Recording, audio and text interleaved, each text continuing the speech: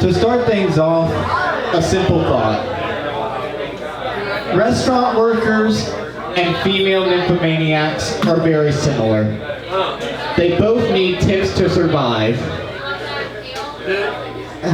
Tips. Tips. Tips.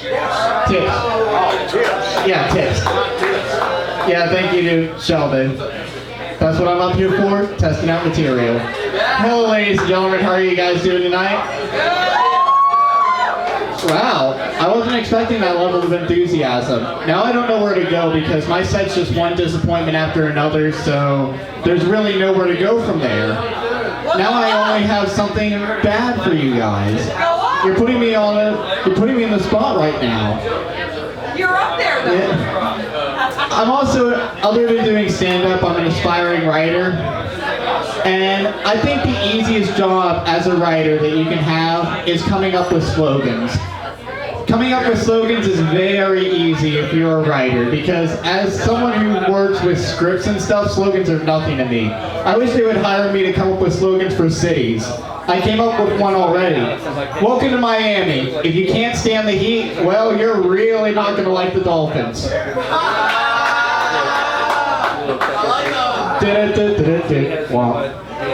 So this past Thursday was a very interesting day for me. It started off with me having an abscess under my left ear removed. And so for the next 2 days, I had to walk around wearing a big ass bandage on the side of my fucking face.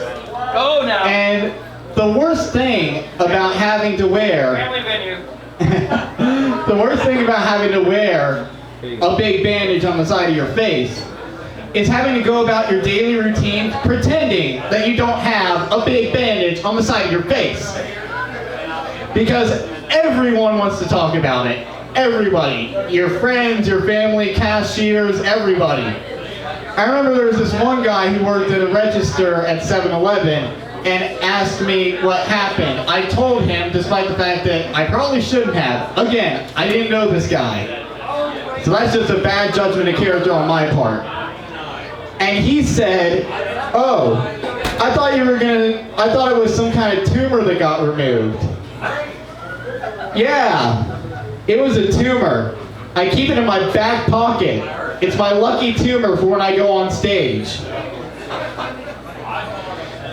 But the worst thing is that I've had instances where people were just extremely blunt about it, and they're my favorite people because they pretty much have the balls to say, "Your self-esteem, I don't give a shit about it. I'm just gonna say what I want to say."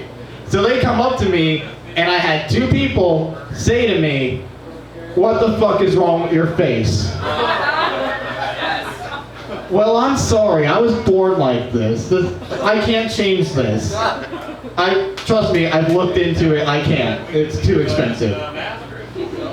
Thursday was also an interesting day because it was the 2-year anniversary of when I started doing stand-up comedy. I did my first ever stand-up set 2 years ago.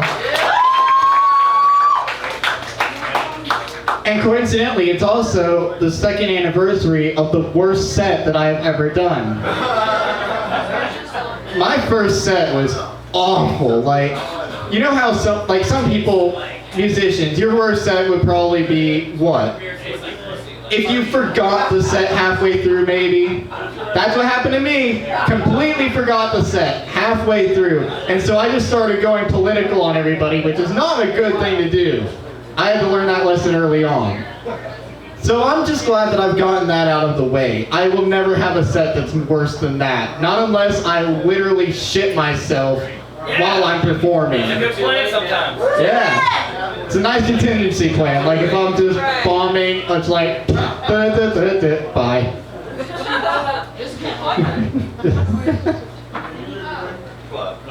I wanted to... Don't do it now. Don't do it now. Don't do it now. I watched this, I was really bored a couple of days ago, and so I just started binge watching Forensic Files on Netflix because I am a sad little man and you guys should show me pity.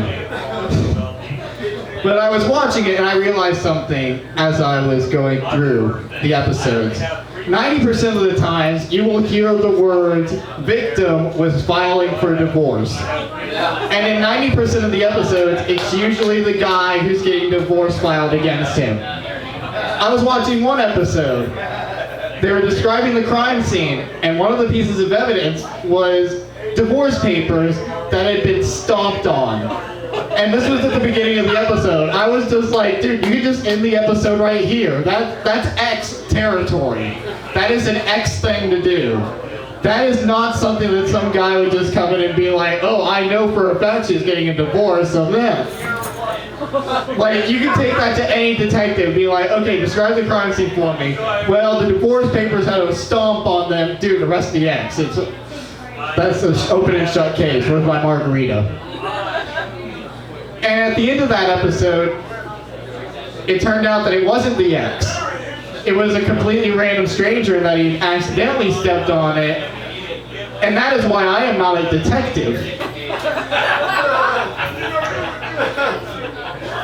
Last thing I want to talk to you guys about. I grew up loving DC. DC Comics, not DC the city. But DC is one of my favorite companies.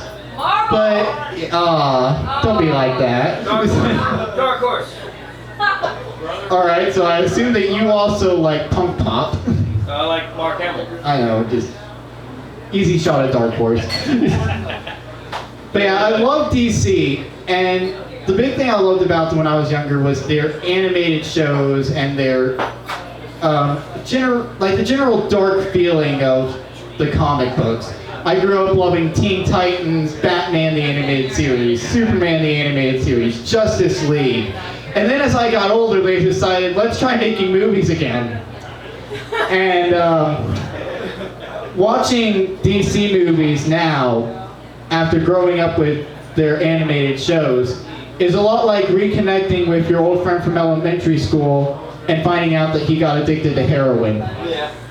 You're just standing there questioning everything like, what the hell happened to you? You used to be such a great thing, but now you've just been destroyed.